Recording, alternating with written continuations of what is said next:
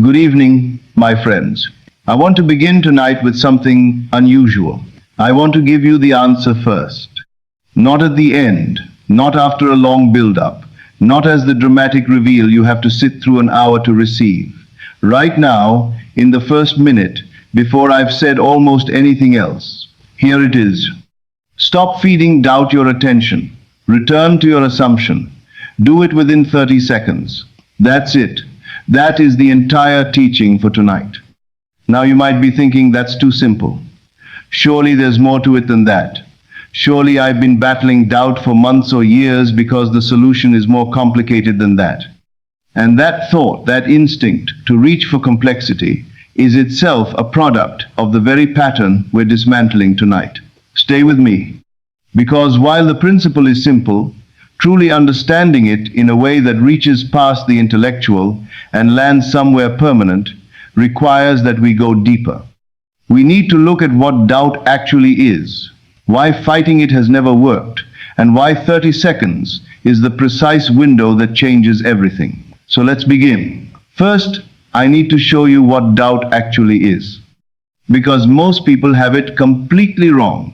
Most people believe doubt is a reasonable response to uncertainty, that it is logical, proportionate, even wise. Of course I doubt, I don't have evidence yet. Of course I question, I can't see how it will work. And so they treat their doubt with a kind of respect, even deference. They sit with it, they examine it, they try to answer its questions and address its concerns. But doubt is not a reasonable response to lack of evidence. Doubt is the result of a divided mind. Here is what is actually happening when you doubt. You are holding two completely opposing realities in your consciousness simultaneously. One part of you is saying, I have my desire. It is done. It is mine. And another part is saying, with equal conviction, I do not have it. It is not here. I cannot see it. Having and not having, fulfilled and unfulfilled, yes and no. At the same time, in the same consciousness, and your consciousness, which cannot function in two places at once, which must eventually choose a state to operate from, does what it always does under these conditions. It defaults to whichever reality feels most familiar, most solid, most real. And for most people, the physical evidence, the empty bank account, the absent relationship, the body that still hurts feels more real than the imagined state. So consciousness lands there, and you call it doubt. But it's not doubt, it's just the heavier assumption winning by default. This distinction matters enormously, because if doubt is a reasonable response to circumstances, you have to fix the circumstances before you can get rid of it. You are trapped. You need the evidence before you can have the faith, but you need the faith before you can generate the evidence. A perfect airtight loop of paralysis. But if doubt is simply divided consciousness, two competing assumptions, one of which you have been unconsciously feeding more than the other, then the solution becomes instantly clear. Stop feeding the wrong one. Now let's talk about why everything you've been trying hasn't worked. When doubt appears, what do most people do? They fight it. They argue with it. They try to reason it into submission. They stack affirmations on top of it like sandbags against a flood. They search desperately for evidence that doubt is wrong, for proof that the manifestation is coming, for signs that the law is working, for any scrap of external validation that will finally quiet the voice. And some days they win these arguments, and some days they lose them. But here is the deeper problem, the thing nobody talks about. Every time you fight doubt, you are confirming that doubt is real. Think about it. You do not argue with things that have no power over you. You do not barricade doors that pose no threat. The very act of deploying a defense is an acknowledgement that there is something worth defending against. When you spend 30 minutes in a mental battle against doubt, constructing counter-arguments, reciting affirmations, searching for proof, you are not defeating doubt, you are legitimizing it. You are treating it as a worthy opponent, a real force that requires your full attention and considerable resources to overcome. And consciousness, which is always watching what you give your attention to, registers this engagement as reality. Doubt wins not because it is strong. Doubt wins because you keep showing up to fight it. This is the trap. And most people spend years inside it, exhausting themselves in an endless cycle. Doubt appears, battle ensues. Doubt temporarily retreats, doubt returns. Repeat indefinitely. Fighting doubt is exactly like fighting a shadow. The harder you swing, the more real it becomes. So here is the technique. And I want you to understand not just what to do, but why every element of it is precisely calibrated. The moment doubt appears, the instant you feel that familiar wavering, that undercurrent of, but what if this doesn't work? But what if it's not real? But what about the evidence? You do three things in rapid succession. First, you catch it. Immediately within 5 seconds of it appearing, you name it internally, not with alarm, not with dread, with the calm, almost bored recognition of someone who has seen this before. There's doubt, that's all. You don't analyze it. You don't try to understand why it appeared or what it means or whether it has a point. You simply observe it, the way you might observe a cloud passing overhead. There it is. Second, you dismiss it, not by arguing, not by explaining why it's wrong, but with a clean, firm, disinterested refusal of engagement. Find the phrase that works for you: not interested, that's not my reality, I don't live there anymore, and mean it with the quiet confidence of someone who has genuinely moved on. You are not angry at the doubt. You are not afraid of it. You are simply not available for that particular conversation. Third, and this must happen within the remaining 25 seconds, you return completely to your assumption. Not think positively, not try to believe. Return to the state of the wish fulfilled. Feel it, inhabit it. Let it be real for those 25 seconds with every ounce of consciousness you have. The reality of your desire, alive and present and already done. Total elapsed time, 30 seconds. Doubt arrived. Doubt found no engagement. Doubt was replaced with the assumption of having, and the seed, before it could take root, withered. Now let me explain why the 30 seconds is not arbitrary, why the timing is everything. Doubt is like a seed dropped into soil. The moment it appears in your mind, it is small and rootless. It has no weight, no history, no emotional charge. It is just a passing thought, flickering at the edge of consciousness, looking for purchase. But if you give it your attention, if you engage, argue, examine, try to resolve, that seed hits soil, moisture, warmth. Within 30 seconds of sustained attention, it begins to germinate. It stops being a passing thought and starts feeling like a real concern. Within a few minutes, it feels like a legitimate problem worth investigating. Within an hour, it feels like truth. This is why you go to bed certain your desire is done, and wake up in the morning wondering why you ever thought it could work. It's not that your faith was weak. It's that you gave doubt 30 uncontested minutes of your attention sometime during the day, and by the time you noticed, the root system was already 3 feet deep.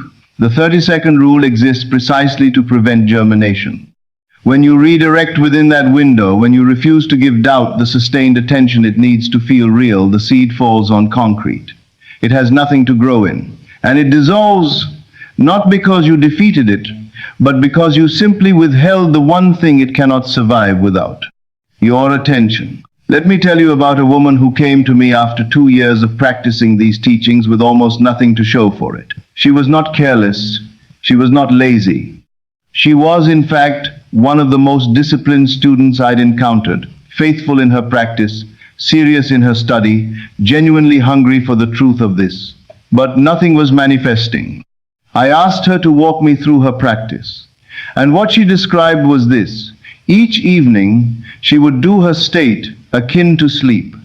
Practice vivid, emotional, fully inhabited. She'd feel the reality of the loving relationship she desired. She'd fall asleep in it. The session was, by every measure, good. And then the next morning, doubt would arrive. And she would spend the rest of the day trying to overcome it, trying to convince herself, searching for proof, building arguments against doubt's case, cycling through every what if it doesn't work with a responding, but it will work because. Exhausting herself daily in this internal courtroom, prosecuting and defending simultaneously. 2 minutes in the state of the wish fulfilled, I said to her. 22 hours in the state of doubt. Which state do you think is manifesting? She understood immediately. The shock of it was visible on her face. I gave her one instruction and one only. For 7 days, your sole job is to catch doubt within 30 seconds and return to your assumption, not to manifest the relationship, not to understand how it will come, not to find signs or evidence. Just the 30-second rule applied every single time, without exception. 3 days in, she noticed something she had not expected. The anxiety was gone, not because she had convinced herself, not because she had found proof, but because she had stopped giving doubt the sustained attention that made it feel real. Her assumption of the wish fulfilled, which she had previously allowed to be constantly undermined, was finally getting to exist without interruption. Within 2 weeks, she met someone. Within a month, she had the relationship she had imagined. But what she told me afterward, what she said was the real gift was not the relationship itself. It was the discovery that doubt had never actually had any power. It had only ever had the power she gave it. Every single time. I want to offer you a reframe that will permanently change how you relate to doubt. Doubt and faith are not opposites. They are the same thing pointed in different directions. Both are assumptions about your reality. When you doubt, you are assuming with conviction, with emotional charge, with creative power that the thing will not happen, or that you do not have it, or that the law will not work for you. When you have faith, you are assuming with equal conviction that it is done, that you do have it, that manifestation is inevitable. Same creative mechanism, same power, same process. The difference is only direction. This means, and feel the weight of this, that doubt is not your enemy. It is not a sign that something is wrong with you, that your faith is inadequate, that you are somehow unworthy of what you're trying to create. Doubt is simply misplaced creative power. It is the same energy as faith, accidentally aimed at the wrong target. And when you practice the 30-second rule, you are not destroying doubt or suppressing it or overcoming it through some act of spiritual heroism. You are simply quietly, quickly, repeatedly redirecting that creative power back where you want it aimed.